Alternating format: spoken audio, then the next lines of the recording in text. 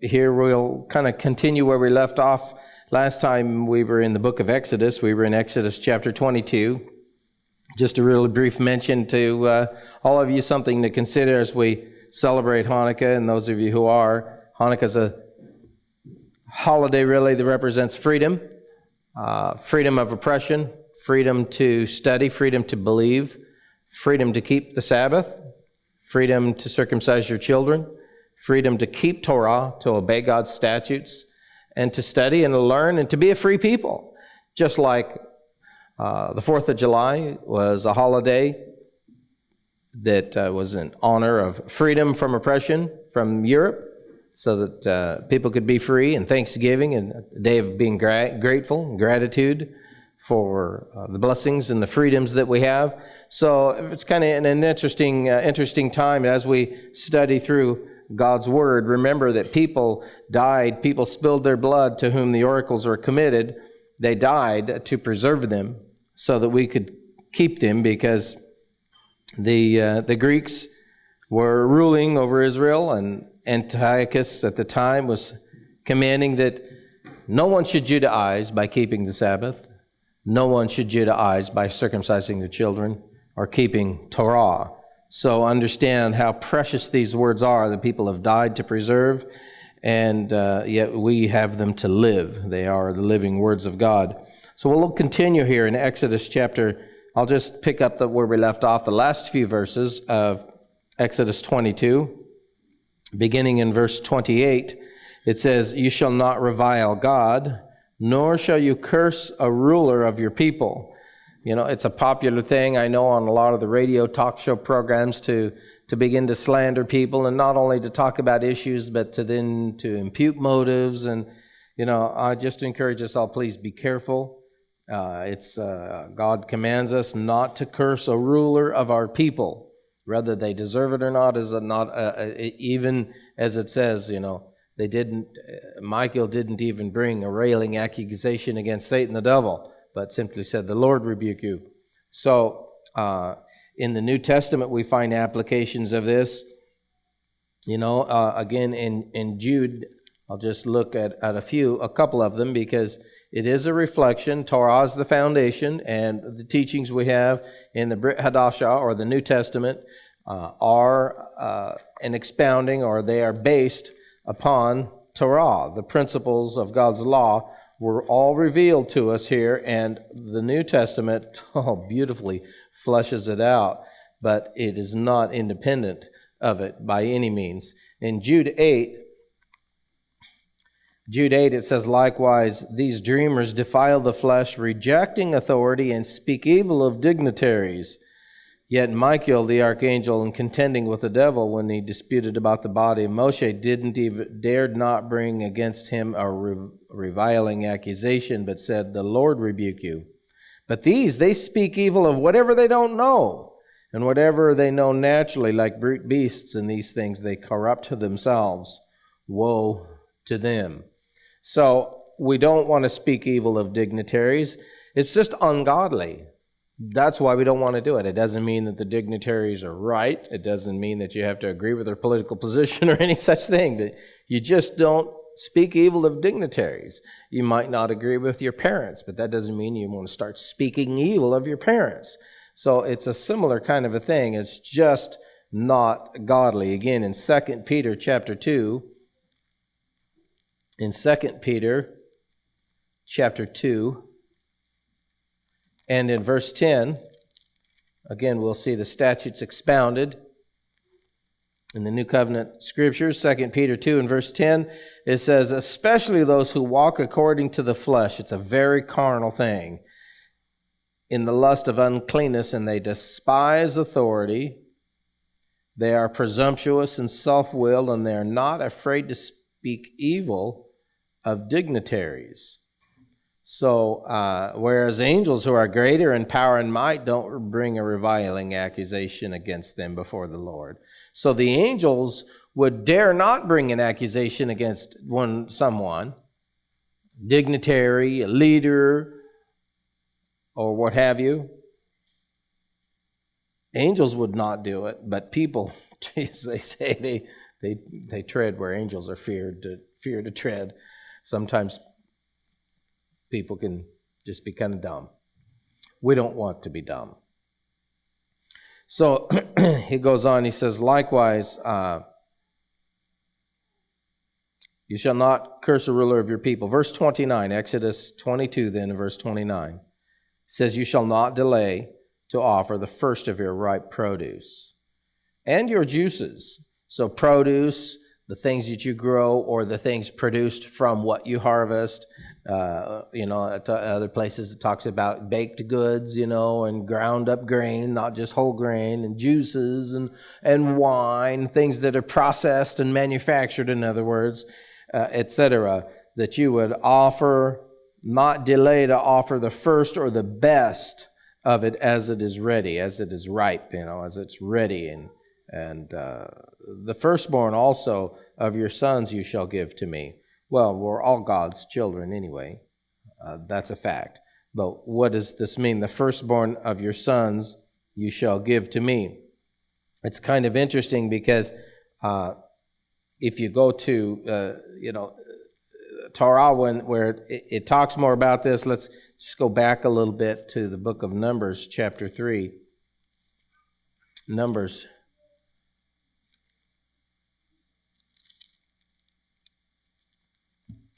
Chapter 3 and verse 12.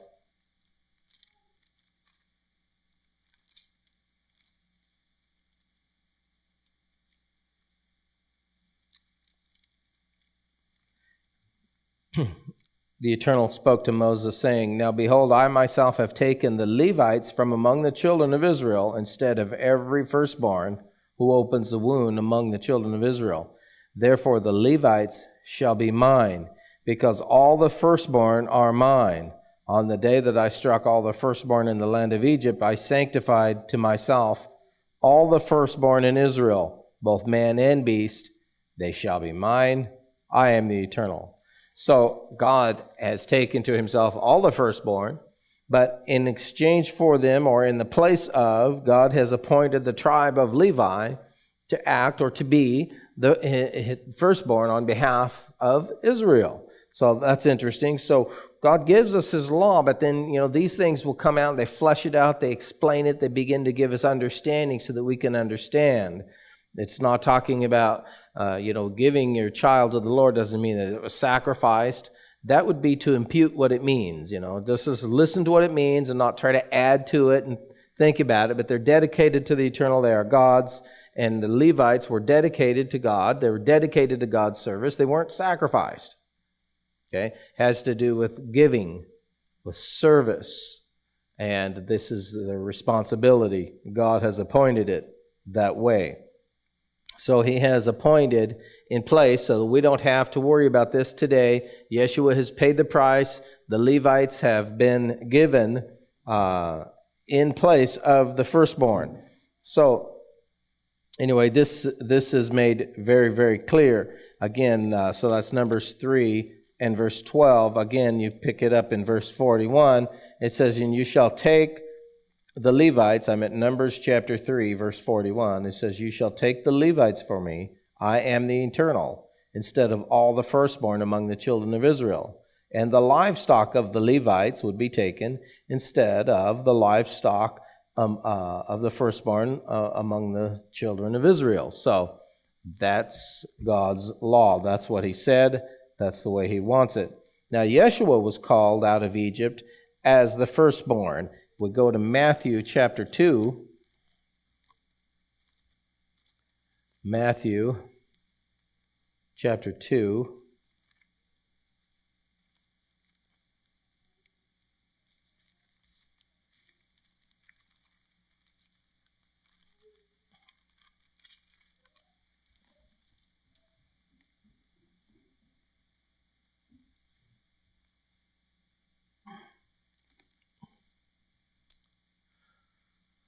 And verse 15, Matthew 2:15, it says, there was until the death of Herod that it might be fulfilled, which is spoken by the Eternal through the prophet, saying, out of Egypt I have called my son. So All of us, in a sense, are really called out of Egypt, if you think about it, because Egypt is a type of the world. And of course, this had to be fulfilled. So Yeshua was called out of Egypt, literally out of the nation of Egypt, yes, but also out of the world, out of this kind of, bondage of the world. So out of Egypt I have called your son, that Yeshua would fulfill the law in every way. He was the fulfillment of Torah. So he was the firstborn, the first of the first, and he was offered to God on our behalf through love, through service, and that is the only sacrifice. That is the only sacrifice of any human being that God has allowed or instructed or that ever will allow.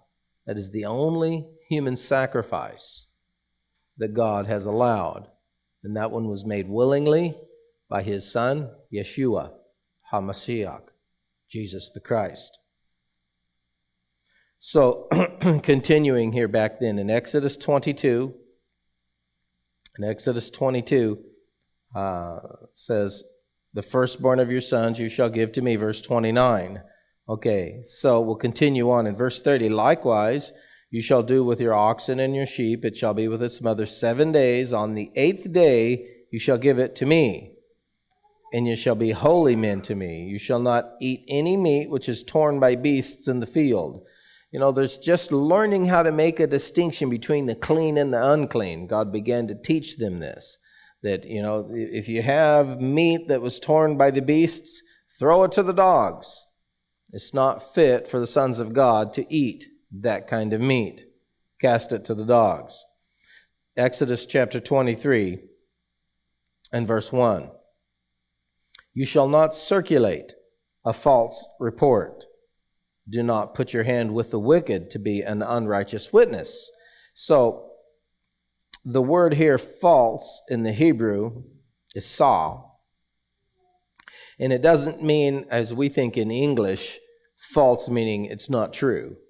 That's not the actual meaning of it. It certainly includes that, but that is not, it also includes things that are true.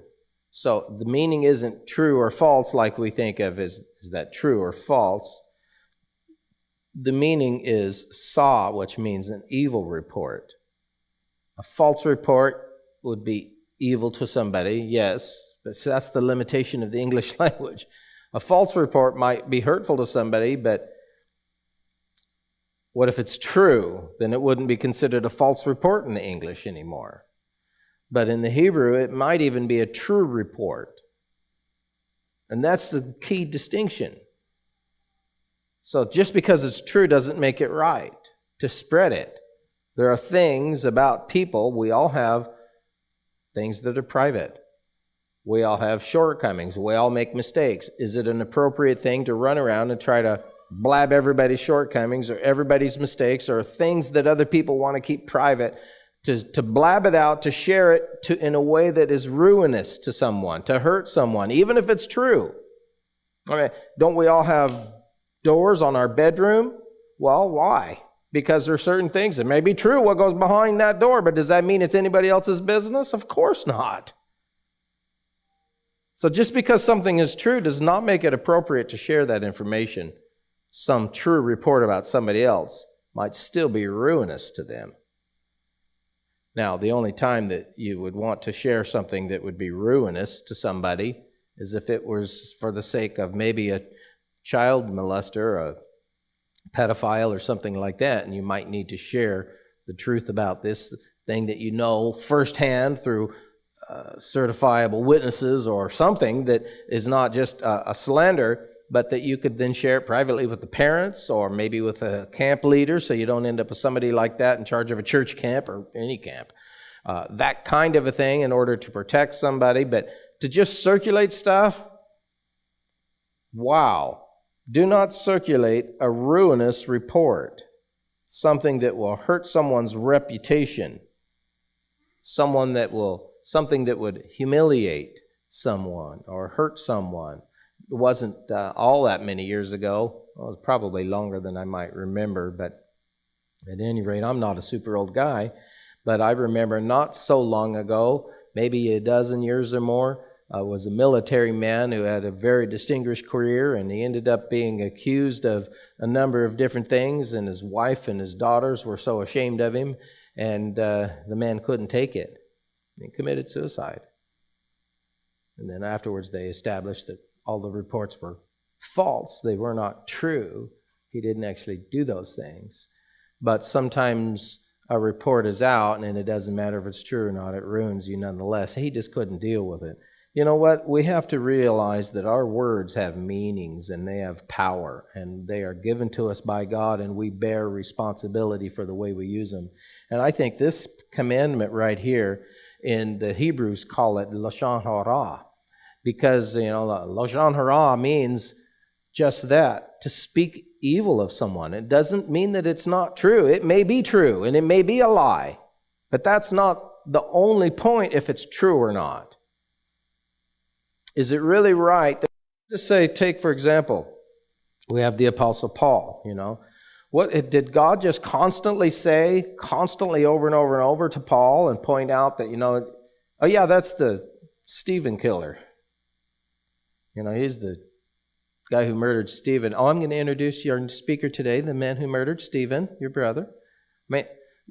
Do you want to just keep it up and keep it up and keep it up and keep it up and keep it up? But today that's what we have. We have all kinds of social media platforms, and people just circulate reports over and over, and it goes to a wider and wider audience at the click of a button.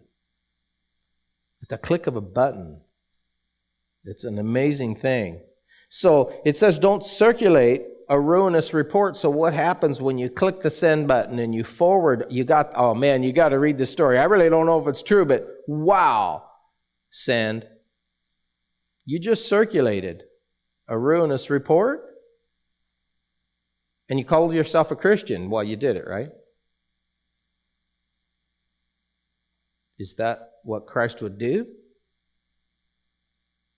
Christ said, don't think I came to change Torah. I didn't change things so you could start gossiping about one. Sometimes we think gossip isn't that big of a deal, but God sees it a little differently. This is one of the causes of the great curses of our life. This commandment right here is one of the most important commandments. This commandment of not circulating a false report is equivalent to murder, scripturally. I'm not saying how it's looked at by people. That's different, because all you got to do is hit the send button. Hit send, hit send, hit send, resend, forward, hit the forward button. Okay, I understand. I'm not talking about what people think. I'm not talking about what's politically correct or what's interesting or any such thing.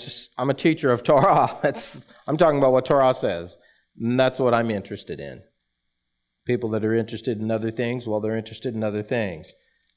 That's what I'm interested in, and I know that's what most people that are listening to us are interested in as well, or they wouldn't be listening, but not always. Sometimes we have people listen. Sometimes I have, people that follow us around just so they can try to criticize everything we do. It's like a dog that runs around behind a car and barking everywhere you go. It just hounds you everywhere you go, and sometimes, we just have to endure that. But in Exodus chapter 23, it says, don't circulate a false report. Now let's look at Deuteronomy 27. Deuteronomy 27 in verse 24. It says, cursed is the one who attacks his neighbor secretly. Well, all of the rabbis in reference to this passage have agreed that you can't attack somebody secretly without them knowing it. You have a secret plan, you go to war and you try to keep your plan secret. That's not what it's talking about. It's saying to attack your neighbor, like the meaning is behind his back. To secretly attack your neighbor. Talking about somebody when they're not there in a disparaging way. That's what it's talking about. Attacking your neighbor when they're not there, talking about someone and sharing things. And you know what? I don't know of a man or a woman that's not guilty of that. I'm sure there are people that are not guilty of it. I just know that we all do it to varying degrees, intentionally, unintentionally. Sometimes, it's a hard thing to avoid. You have to be on guard for it. You have to be careful to observe all the words God said. Because if you're not careful, stuff comes out, even if it's not really intended. You have to learn to think like God thinks. But in the world, you're trained to think. Mr. Whitlake and I were talking about, we're trained to think in the English language with an English mindset, and yet we're reading Hebrew scriptures, and one's a scientific language and one's a picture language, and we're trying to think scientifically when the communication is coming out more pictorial, and it's so we have to be careful and strive to learn God's way if we think it's important. So here it says, cursed is the one who attacks. The word is to smite your neighbor secretly. You can't go up, in the Hebrew the word means smite. You can't go up and slap somebody in the face and have them not know who did it. Who slapped me? Unless they're sleeping, they're going to know. It means to smite verbally. And just look it up. It's talking about verbal. You can go to Jeremiah chapter 18 and verse 18, and Jeremiah uses the same word, talking about they have attacked me, they have smitten me with their words. So it's clearly what it's talking about, to talk behind your neighbor's back. That will bring a curse upon you. Not them. You might think you're cursing them, but that will bring a curse upon you. If I do it, it brings a curse upon me. Cursed is the one who speaks behind his neighbor's back in a disparaging way. Cursed is the one who attacks his neighbor, smites his neighbor secretly. And all the people had to say amen and acknowledge, we know, I understand. It's a dangerous thing to do. In Psalm chapter 50 and verse 16,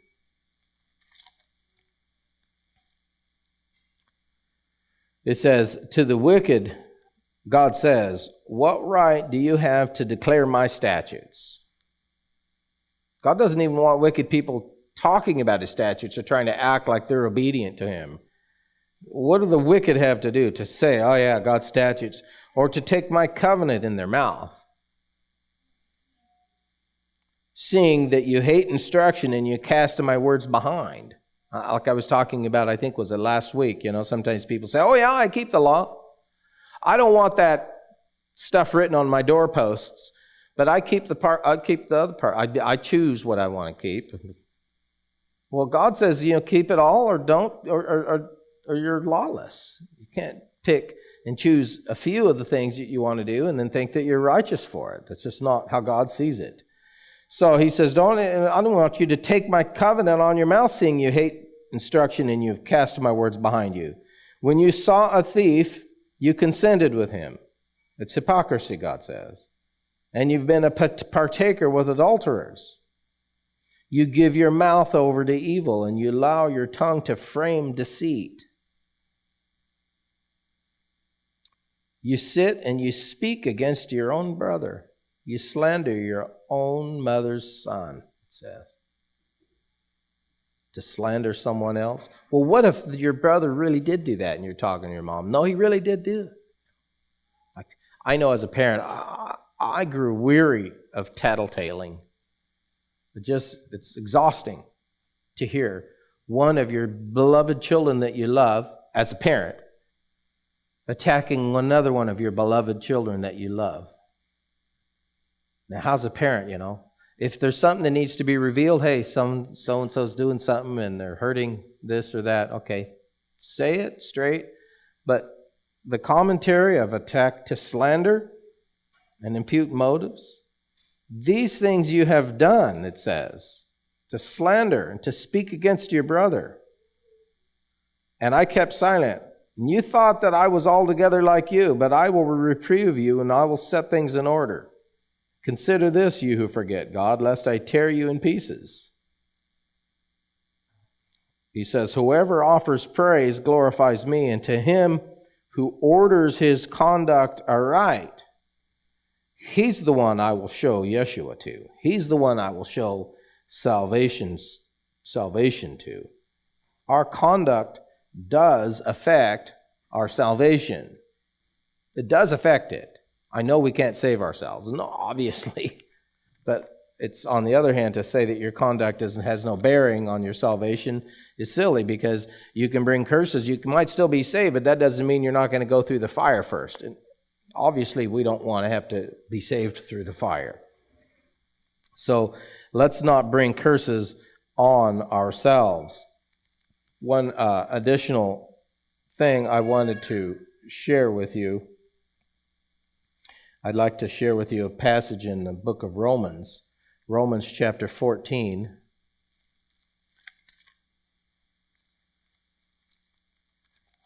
Romans chapter 14.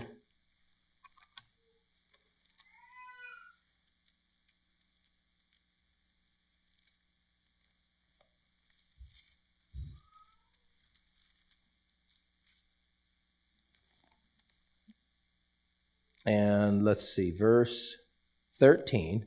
So Romans 14 and verse 13, it says, "Therefore let him who speaks in a tongue pray that..."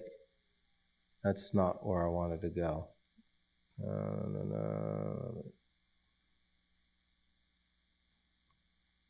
Now, why did I get that? I'm sorry, I did not know why I got that. Yo, I know what happened. I'm in the wrong book. It's interesting that it did talk about the tongue, though. And so I'm like, okay, there's relevance, but irrelevant relevance. Whatever that means. Okay, sorry, I was reading from Corinthians, and I meant to be in Romans. I'll try again. Romans chapter 14 and verse 13. Okay, therefore it says, let us not judge one another anymore. So it doesn't mean you wouldn't judge if this is right or if that's right, to be able to make a discernment. But to judge somebody is to then impute a motive to them. Well, they are this or they are that, or they're trying to do this or trying to do that. That is the judgment. Don't do that anymore, but rather resolve this, not to put a stumbling block or a cause to fall in our brother's way, not to say things that are going to make it harder for him. In 1 Corinthians chapter 8, now I'll go to 1 Corinthians. 1 Corinthians chapter 8, and in verse 8,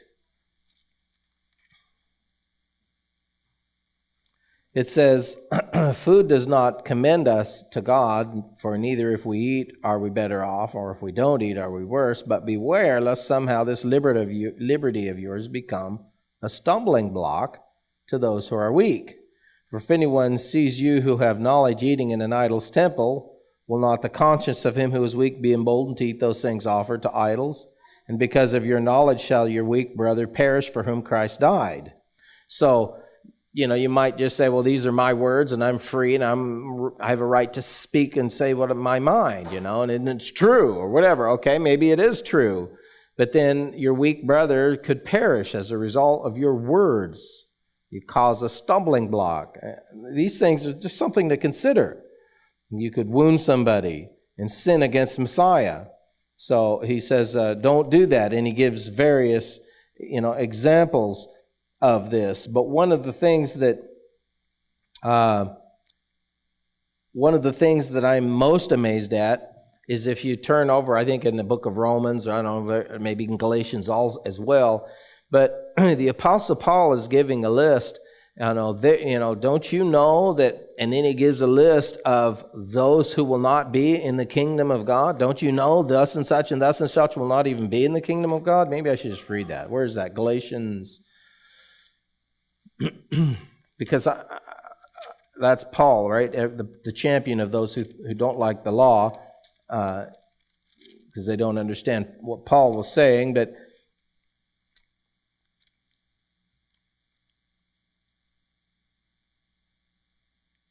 let's see here. The works of the flesh. Okay, here are the works of the flesh. It's in Galatians 5 and verse 19. It says, "Now the works of the flesh are evident, which are adultery, Well, that's a bad one. We all know that adultery is destructive to families. The Bible says he who commits adultery lacks heart. That's a bad one. Okay, that's way up there as far as how bad of a sin. I think that one's worse than a lot of sins, obviously. So, adultery is the first one mentioned. Fornication, uncleanness, licentiousness, idolatry, sorcery, hatred, contentions, jealousies, outbursts of wrath, dissensions, heresies. He goes on, chapter 5, verse 21, envy, murderers, and the like. Well, you know what? This didn't actually mention the thing. Let's see. This one is, where's the account in the book of Romans? That's the one I actually want, isn't it? It's Romans 2. Because Romans actually sandwiches right between murder and, I think, adultery, gossip. That's the one I'm looking for. Romans talks about and uses the word gossip, which is exactly what it's talking about in not circulating a ruinous report.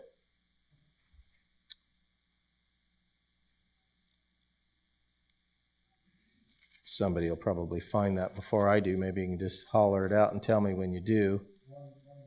129. There you go. Thank you very much. I appreciate that. So Romans 1 and verse 29. Then being filled with all unrighteousness, sexual immorality, wickedness, covetousness, maliciousness, or malice, to malign, to gossip, being full of envy, murder, strife, and deceit, evil-mindedness, whisperers, backbiters. Gossip is a horrible thing. The Bible treats it, puts it on par with all these others, sandwiched right in the middle of them. And it's an amazing thing that, people could sit around gossiping about somebody's failed relationship, perhaps. And, you know what they did and you know what they said? And you would actually be gossiping, spreading a ruinous report, which is right mixed in the same passages, is just as bad as the very sin that you're talking about. So, then who's worse? And that can happen so easily. So easily. So please, cursed is the one who spreads a ruinous report about another. It brings a curse upon you. It's not a small thing. So back to Exodus 23 and verse 1. It says, you shall not circulate a ruinous report. Do not put your hand with the wicked to be an unrighteous witness. Because when you hit the forward button, when you hit the send button, when you share things like that, or in conversation or social media or any other way, when you spread it, you're actually being an unrighteous witness. You're witnessing of it. And you're being an unrighteous witness. God doesn't want us to do that. I said you, I'm not like you, meaning I'm just saying in general, when a person does that, I could do it, and then I would be an unrighteous witness. You shall not follow a crowd to do evil. Regardless of whether or not everybody else is doing it, just don't go along. Sometimes you can be in a crowd of people and they start talking about somebody and gossiping about somebody. Leave. Don't be in the company. Blessed and happy is the man who doesn't sit in the place where the scorners are seated, it says. Get up and leave. If it embarrasses your friend, maybe they need to be embarrassed. Maybe that's how you can help them. Don't circulate a false report or be an unrighteous witness. Just because the whole crowd's doing it doesn't make it okay.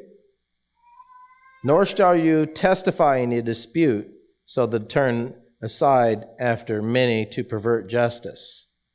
It's the same thing as testifying falsely under oath in God's eyes as far as that in a dispute. You shall not show partiality to the poor in his dispute.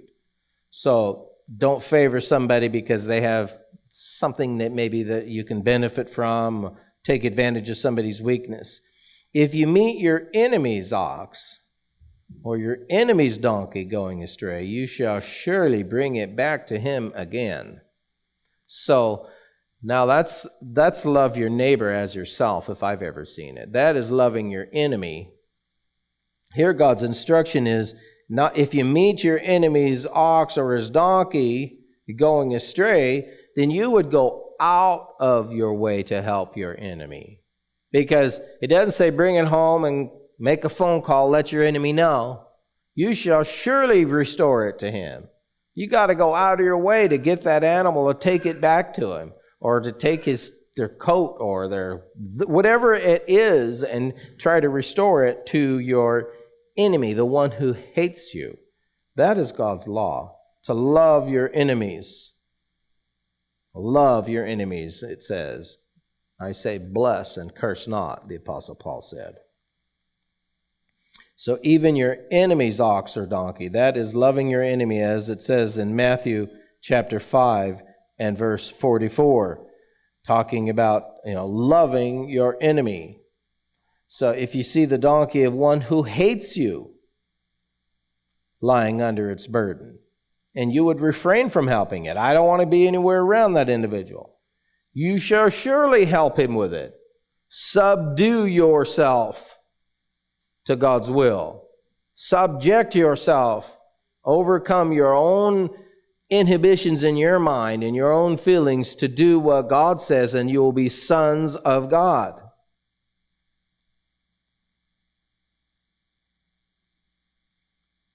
You're the donkey of one who hates you lying under its burden, and you would refrain. You shall surely help him with it. You shall not pervert the judgment of your poor in his dispute. It's the second time that God's told us that. It's obviously important.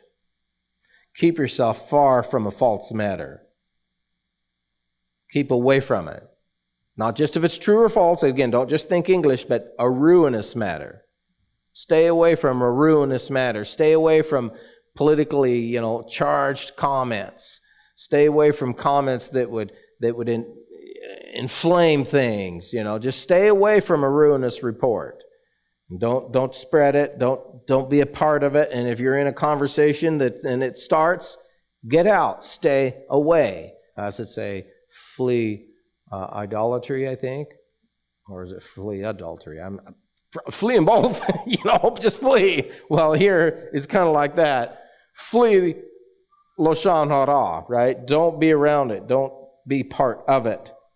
Do not kill the innocent and the righteous. I will not justify the wicked. Don't just make a decision arbitrary that's going to hurt the wicked, but it's going to hurt good people too. God does not do that. Even when he was going to destroy Sodom and Gomorrah, he still took righteous Lot's family and brought them out. It was only his wife wanted to go back, okay? But, he took the righteous people. He did not kill the wicked and the righteous together, but he spared the righteous. So we are to be careful about that. He says, you shall take no bribe, for a bribe blinds the discerning and perverts the words of the righteous. Do not take a bribe. There are various ways that you can be bribed. Obviously just a bribe is like, hey, if you make this decision my way. I think they've recently had somebody that was accused of taking bribes, a Navy captain or some high position. I don't want to say specifically, but he was accused of taking bribes for certain information in exchange for treatment that he was receiving. You can have your traditional bribe like that, or maybe you might hear some judge or somebody that was bribed in order to allow this, or to turn a blind eye, the police commissioner or what have you. There's that kind of bribing. Yes, there's that. But also, there's another kind of bribe that maybe people aren't initially thinking of. A minister might be bribed by his salary so that he becomes a servant of men instead of a servant of God, because I got to say whatever, my boss says to say. You don't want to receive a bribe. Well, think about that. We have to do what's right because it's right, not just for our own monetary gain. You could even have the spirit or the principle of a bribe, even without anybody offering you anything, by just thinking about things. Well, what's going to benefit me? That's what I will do. That's what I will say. That's the same spirit as taking a bribe. It's just what you can get. I don't know, I guess that is a form of harlotry, obviously, to take a bribe. It cheapens you, and it certainly perverts your judgment. What's right is right, regardless of any monetary compensation that may or may not be there, or any other type of compensation. Don't get your eyes blinded by a bribe. It will pervert the words of your mouth. Also, you shall not oppress a stranger, for you know the heart of a stranger, because you were strangers in the land of Egypt. We need to remember, we've all been strangers. We're all strangers in the world, every one of us. And it's kind of hard sometimes, especially when, again, you think about Hanukkah, it kind of reminds you, being a stranger means like you're wandering in another land that's not your home country, it's not your land. And you're like the outsider. And the Jews were always when I say the Jews, I mean the Hebrews, they were always made to feel that way because God called them to be a peculiar people. He told them to do things that were different than the nations around them were doing. So they were given as their heritage laws which were unique, things to do which were different, not just things that had to do with telling the truth and having a balanced scale and things like that, but keeping days which were weird from the perspective of the world. Different days, kept in a different way, different incense, different dress. Dress? Yeah. Men were supposed to dress in a masculine way. Women were supposed to dress in a feminine way. And supposed to wear these strings. At least one of them had to be blue. And write these things on the doorposts of your house so that others can see it. Pretty hard to hide it when it's on the doorposts of your house. And so God said to do these things, to be a peculiar people. And God's people have always been peculiar. That's what God called us to be. Peculiar people. We are strangers. So when you see somebody else that's peculiar, even though they might be different from you, show them respect. Give them space. Show them dignity. Respect one another. Give people their own freedom. Remember, you were strangers as well. Or you are strangers. Each and every one of us. 6 years you shall sow your land and gather in its produce. But the 7th year you shall let it rest and lie fallow. That means let it rest and lie fallow. They're two different means. You don't harvest. But to lie fallow means don't till the ground. You weren't to rototill the ground, because they would till the ground, they would put manure on. It was a very common thing, and then they would turn it so they get the nutrition in the soil. Don't add nutrition to your soil and rototill it in on the 7th year. Don't prune on the 7th year. Don't plant on the 7th year. Don't do things that kind of like squeeze a little extra out. You prune a tree, you get a little more fruit. You dung a tree, you get a little more fruit. You rototill, you plant seed, you get more. It's to let it rest that year. So the 7th year you shall let it rest. Now this is what God does. I want you to see this, okay? Because it's very important. The 7th year, sabbatical year, you shall let it rest and lie fallow. Let your ground rest. It doesn't say you can't eat any of the produce from it. Listen to what it says. It says, let it rest and lie fallow so that the poor of your people may eat, and what they leave the beasts of the field may eat. In like manner you shall do with your vineyard and your olive grove. So people could eat. You were not allowed to harvest. So what's that mean? It means the apples were left on the apple tree, and people could walk into the orchard and pick a few apples and eat them. You weren't allowed to take a bucket and begin to harvest the apples off of that tree, whether you were one of the poor or if you're the owner. You wouldn't forbid people from going in there and picking apples, but it wasn't to be harvested. It was like pick when you want it and eat it. Pick as many as you want to eat. Maybe pick enough to make an apple pie. But you weren't bringing them home to can them and start storing them up. So the owner of the land, the same thing. You know, you're hungry, go pick an apple and eat it. You need a dozen of them to make a pie, pick a dozen of them to make a pie. But you don't harvest. And that was the difference. You don't rototill, you don't prune, etc. So then now, people could eat it. The beasts of the field were allowed to eat, so you would not be allowed to cover your cherry trees with a net on the 7th year to keep the birds out. If a deer wants to jump in your orchard and eat your apples, he was welcome to it on the 7th year. If your orchard's fenced off, open the gate on the 7th year. So, now, having said that, okay, I think we understand that, but here's the thing I want people to consider is in verse 12. It goes right from the sabbatical year and makes the comparison, a direct comparison in the very next verse to the weekly Shabbat. 6 days you shall do your work, and on the 7th day you shall rest. You don't rest on the 6th day for the 7th. You wait until the 7th day and you rest.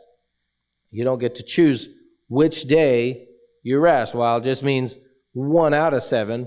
You know, it's like, well, I got Wednesday off. What day do you have off? You know, it's the 7th day that God appointed. It's the appointed time, the muadim, the appointed times of God. And so it is with the year. We don't get to choose the Sabbath day. It's the 7th day as God spelled out, and God gave it to his people, and they have preserved it and kept it. And so it is the 7th year. You don't get to choose the year. I've heard a lot of people talk about that, and they say, well, you know, it's coming up, my land rest is coming up, and maybe it's the land rest isn't for 4 more years yet. What do you mean the land rest is coming up? Well, I let my garden rest once out of every 7 years according to the Word of God. Okay, I appreciate that. I appreciate what they're trying to do. I'm trying to be careful with people, but I am a teacher, and so now I'm coming up to this passage, and so I'm just going to kind of let you know. You people that are trying to keep and honor God this way, consider it. Do you get to choose which day of the week is the Sabbath? While I'm resting, I'm keeping the Sabbath on Wednesday or Thursday or Friday or any day that's not the 7th. You can say according to the Word of God, but that doesn't make it according to the Word of God. The 7th day is not according to when you're baptized. That doesn't mean 7 days after you're baptized isn't the Sabbath. And 7 years after you're baptized isn't the sabbatical year either. People say, well, I was baptized, and so that's the day I go by, and 7 years later I let my land rest. Where'd that come from? There's no basis in Scripture at all. A man told you that. I know, and I know the man who said it, and he told me the same thing, and that's okay. Let's get over it. What does God say? We don't get to choose what's the 7th day of the week. We don't get to choose what's the 7th day of the year. 6 days you shall do your work, verse 12, and on the 7th day you shall rest, so that your ox and your donkey may rest, and the son and your manservant and the stranger may be refreshed. So, we don't get to choose when the land rest is. People that are trying to do that according to when they're baptized, other people do it according to when their friends are doing it so they can be on the same page. And that, you know what, it's a beautiful thing that people are trying to do. I'm not trying to run people down, but I'm just trying to help us to think. What does God say? It doesn't say 1 out of 7 years. It says the sabbatical year. It's the appointed time that God gave us. Let's turn over to Leviticus chapter 25, and we'll see just a little bit more about this. Leviticus chapter 25 and verse 1.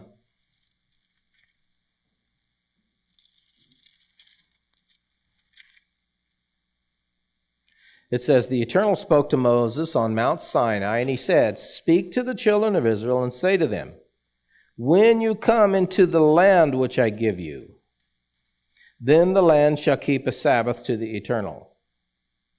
That's how you know when it is. When you come into the land which I give you, that would be day 1, year 1.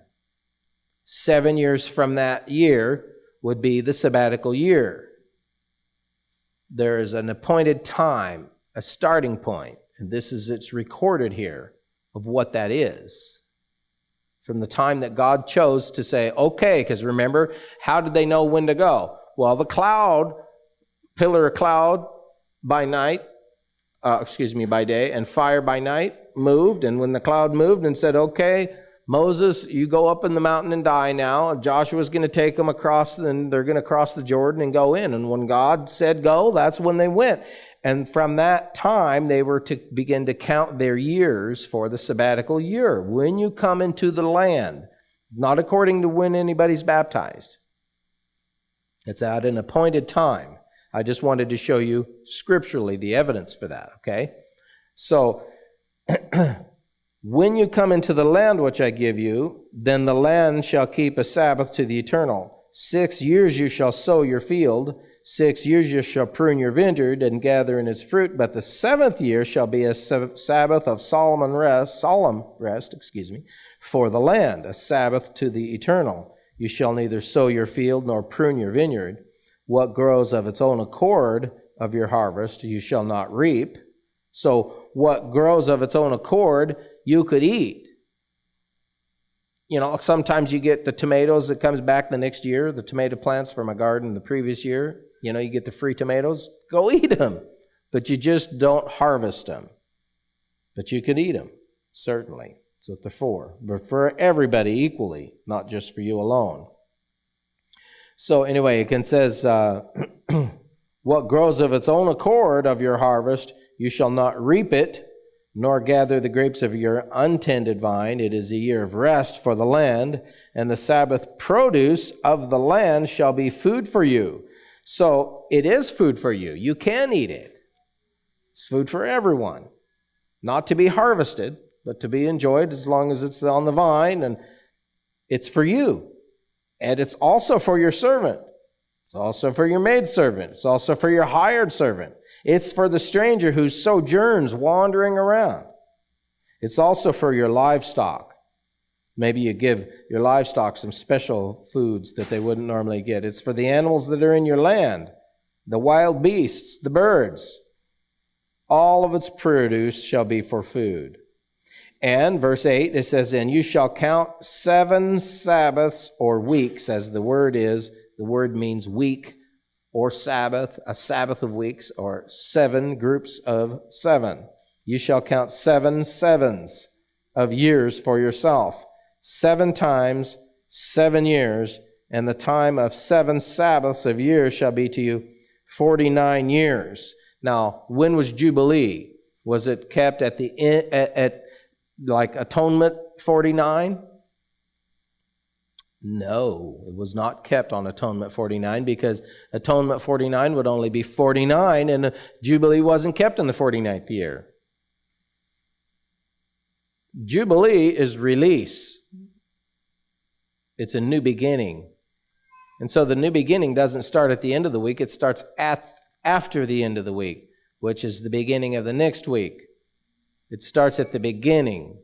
So after the end of 49 atonements, 49 Sukkots, 49 last great days, and 49 is completely completed, then Jubilee would be 50, which is the beginning of the next count of 7 again. After. Just consider that. It's not part of, inclusive, it was after, at the end of. So, anyway, I thought I would share that with you. It was on the 50th year. Now, let's go again and see in Deuteronomy chapter 15. Remember, I'll just read just for the new people. We're going to go to Deuteronomy 15 and verse 1, but first, I will go to Deuteronomy chapter 1 and verse 5, and just to show you a principle, because sometimes, you might read in Exodus one thing, and you might read in Deuteronomy, it's worded slightly differently, and it's like, which one do I go by? How do I? Okay, look, here's his simple answer. Let God answer that for you. It says, on this side of the Jordan, in the land of Moab, Moses began to explain this law, saying, Moses explained to the people. So Deuteronomy was the last of the 5 books written. He wrote it last. Moses then explained the first 4 because he wrote all 5. So Moses began to explain, and so sometimes in the book of Deuteronomy things are worded a little differently for clarification's sake. Now, if you choose to say, I think I know more than Moses did, I'm going to explain this my own way, well, you can. But biblically, Deuteronomy was to explain Exodus. Exodus was not to explain Deuteronomy. Okay, so for clarification, you would go to Deuteronomy. Let's look at Deuteronomy chapter 15. Deuteronomy chapter 15 and verse 1. It says, at the end of every 7 years, you shall grant a release of debts. Now, that means just what it says, at the end of every 7 years, not during the 7th year. People think of, it must fall during the 7 years sometime, right? No, it never says that anywhere in the Bible. It's at the end of the 7th year that everything was released. So the land was resting all year during the 7th year. Yes, the land rests all year during the 7th year. But the official release of debts did not take place until the end of that year, which would be the beginning of the next year, the beginning of the next cycle. So notice it here in Deuteronomy 15, at the end, not during, but at the end of 7 years, you would grant a release of debts. And this is the form of the release. Every creditor who has lent anything to his neighbor shall release it of him and not require his neighbor or his brother, because it's called the eternal's release. God is releasing debt. That's when he does it. Of a foreigner, you can require it. Somebody who's not considered a brother, somebody who's not considered, So in other words, if you had an extended business transaction, okay, but you're talking about a brother in the church, a brother of a near kin that's literally your blood brother, or a brother in the church, or anybody who is a Hebrew. I'm just showing you all the biblical definitions. It was not allowed to be extracted of anybody who was an Israelite. First of all, we all know that, right? Anybody who's a Jew, you cannot charge them interest. If they're the tribe of Daniel, you can't charge them interest. If they're an Ephraimite or a Manassite, like so many British are, and Canadians and Americans, you can't charge them interest. If they are your brother, or if they're your brother, meaning by spirit, in a church member or a family member. But let's continue on. So those would be, of a foreigner you can require it. Verse 3, but your hand shall release what is owed by your brother.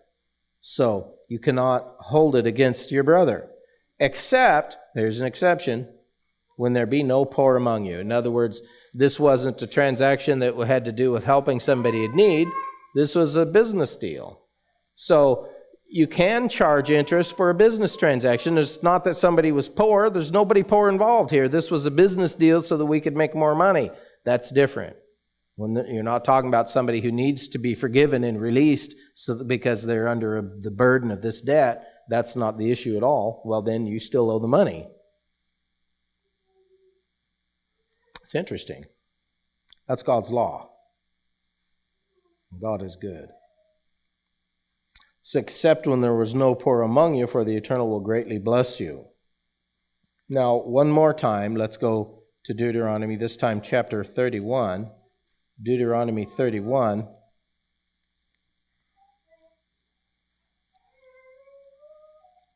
Deuteronomy 31 in verse 10.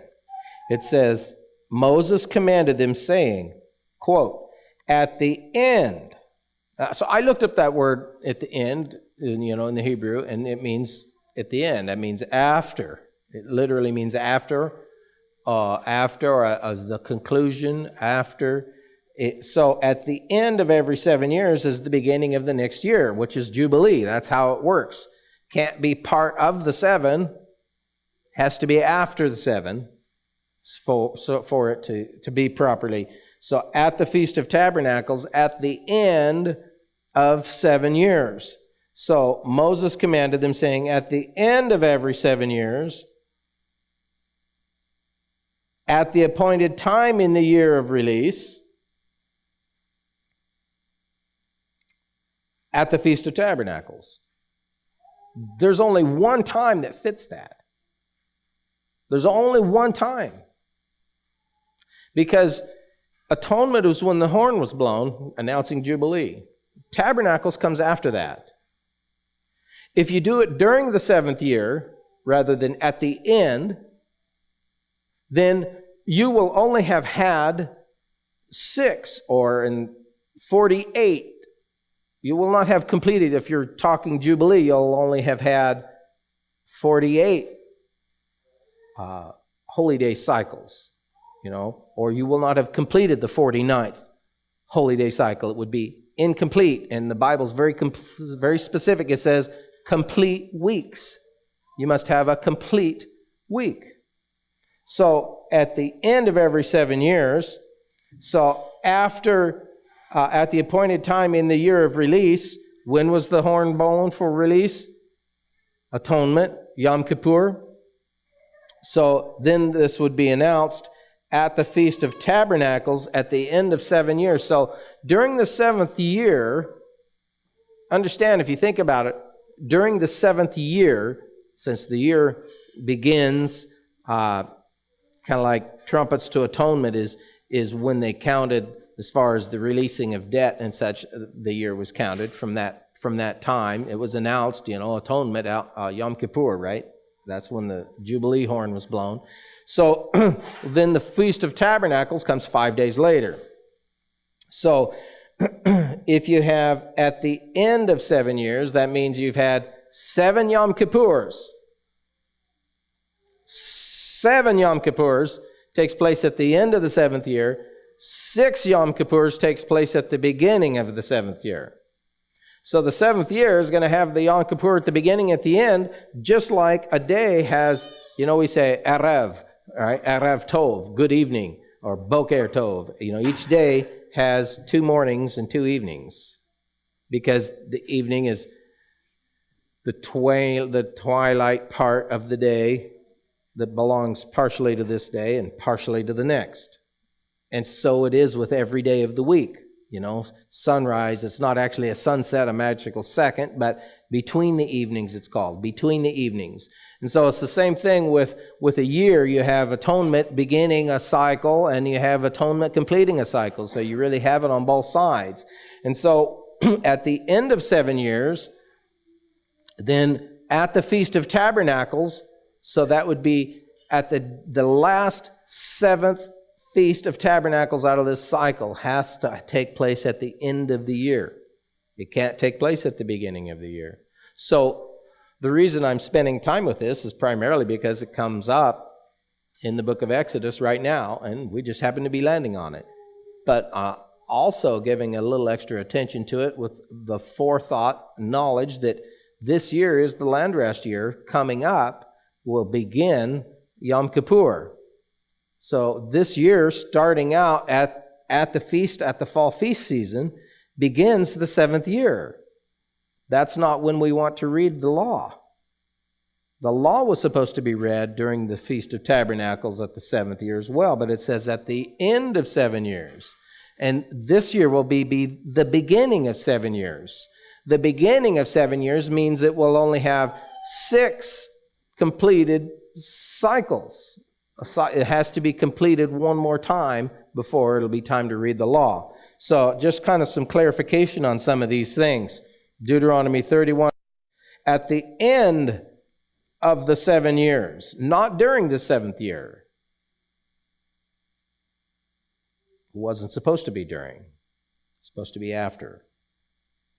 At the appointed time, in the year of release, at the Feast of Tabernacles, when all Israel comes to appear before the eternal your God in the place which he chooses, then you shall read Torah before all Israel in their hearing. So the release of debts was granted, and that took place when? The 50th year, which was at the end of the 7th, right? At the end of the 7th cycle of sevens. It actually took place during the beginning of the next cycle, and that's the way God intends it to be. So back to where we were here in Exodus, and let's see, where am I in my time too, by the way? I think I'm probably getting close to being full on my time. How much time do I have? Is it about...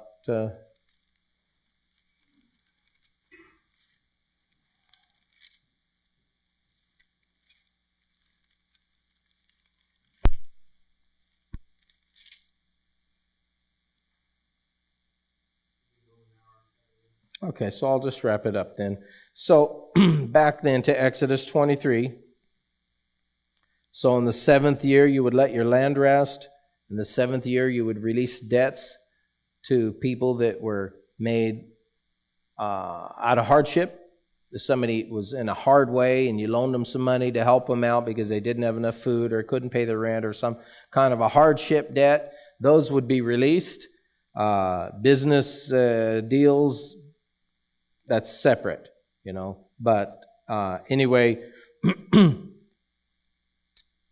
you would let your garden rest or your harvest or what have you rest during that year, not according to any year, but at the appointed year that God gives, and they have kept track of when that is, and it does start this year during the holy day season, the fall holy day season. Will begin the 7th year. That will begin the 7th year, and so we will be reading the Torah not this feast, but we will do it then the following year at the end of the 7 years, not at the beginning of the 7 years. And so it says, in like manner you would let your olive grove rest, your vineyard rest, etc. Verse 12, then he compares it to the Sabbath. 6 days you shall do your work, and on the 7th day you shall rest and be refreshed. And verse 13, then he says, and in all that I have said to you, be circumspect, be careful with it, and don't make a mention of the name of other gods or let it be heard out of your mouth. It doesn't mean that you can't acknowledge, well, in our past, once we had the Baals or this or that, you wouldn't acknowledge it, but that you wouldn't speak of it with respect, that you wouldn't speak of it with interest, that you wouldn't speak of it as to lend it credibility, like refer to another god as though it had power. This is what the Apostle Paul was saying when he was talking about, is it wrong to eat meat that was offered to an idol? You know that it's nothing, But to say, okay, well, yeah, and to show the dignity and respect and as if it were something, this is what it's talking about in your language, that you would not speak of it as if it were valid. And not to mention it in that way at all. We are unique. We have a different God than the rest of the world. We follow the eternal. And he has, he says, you have become pagan children. You don't know me. Well, these are the ways that help us to come to know God, to know how he wants to be worshipped. This is how he wants to be worshipped. This is the way he is. And he reveals himself to us through his word. And when we keep his word, we are oftentimes persecuted for it, reviled for it, attacked for it. There was a man who kept Torah so beautifully and so perfectly. As a matter of fact, he did actually keep it perfectly. And he was hated from the time he was a baby. As a matter of fact, he was murdered and killed. His name was Yeshua. If they persecuted him for his word and for the words that he gave his people, they will persecute us. As a matter of fact, he promised us that it would be that way. We each have to bear a cross. We each do. And you know what? They were willing to bear it in the days of the Maccabees. They were willing to spill blood if they had to keep the words of God alive. I think we do have a lot to be thankful for, the freedom to pursue and study God's word and his truth. And it is our heritage. It's gold. It's precious because they're the words of God.